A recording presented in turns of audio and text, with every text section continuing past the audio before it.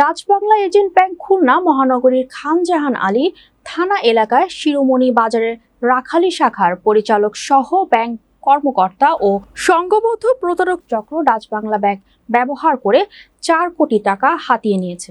বিস্তারিত খুলনার খানজাহান আলী থানা প্রতিনিধি শেখ আসলাম হোসেনের পাঠানো তথ্যচিত্রের ডেস্ক রিপোর্ট। সংঘবদ্ধ প্রতারক চক্রের 12 সদস্যর একটি দল খুলনা মহানগরীর খানজাহান আলী থানা এলাকার শিরোমণি বাজারের ডাচ বাংলা এজেন্ট ব্যাংক রাখালী শাখার গ্রাহকদের নিকট থেকে 4 কোটি টাকা হাতিয়ে নিয়েছে প্রতারক চক্র। 2017 সাল থেকে 2024 সালে ডিসেম্বর মাস পর্যন্ত ধারাবাহিকভাবে ব্যাংক কর্মকর্তাদের সহযোগিতায় ডাচ বাংলা এজেন্ট ব্যাংকের পরিচালক শেখ মিরাজুল ইসলাম সহ ব্যাংকের ক্যাশিয়ার মেজবাউল হাসান, ব্যাংকের SRM Kamruzzaman, area manager agent ব্যাংকের 2 জন অবৈধ পার্টনার ও ব্যাংকের পরিচালক শেখ মিরাজুল ইসলামের জামিনদার স্ত্রী পর্শিয়া আশরাফি সহ 12 প্রতারক চক্র এই টাকা হাতিয়ে নিয়েছে বলে আমানতকারীরা জানান। ইতিমধ্যেই এই প্রতারক চক্রের বিরুদ্ধে ক্ষতিগ্রস্ত আমানতকারী বিজ্ঞ আদালতে 14টি মামলা দায়ের করেছে।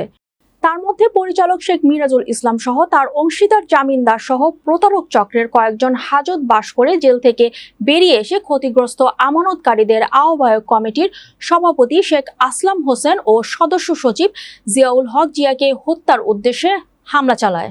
আমরা ব্যাংকের ভিতরে এসে টাকা রাখছি, উনি আমাদেরকে লাখে 1000 টাকা করে দিবে এই কথা বলি। এখন আপনারা বলতেছেন যে আমরা ব্যাংকে টাকা রাখি নাই, আমরা মিরাজের কাছে ব্যক্তিগতভাবে সুদে টাকা রাখছি।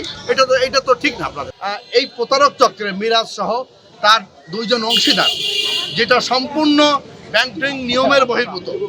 বাংলাদেশ ব্যাংকের যে গেজেট আছে, যে নীতিমালা আছে, সেই ব্যাংকের নীতিমালা বহির্ভূত এজেন্ট ব্যাংকিংয়ে কোনো অংশীদার হয় না। উনি নিয়ম বহির্ভূতভাবে এক মহিলার সাথে উনি ডিল করেছে, তার 2 জন অংশীদার এবং তার 2 জন জামানতকারী আছে, তার ওয়াইফ এবং শিরোমণি বাজারের সাবেক সেক্রেটারি, 2 জন আমানতকারী।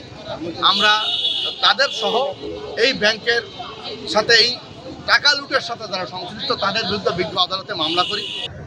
এই জন্যই ডাচ বাংলার দুর্নীতিবাজ কর্মকর্তারাও দায়বদ্ধ।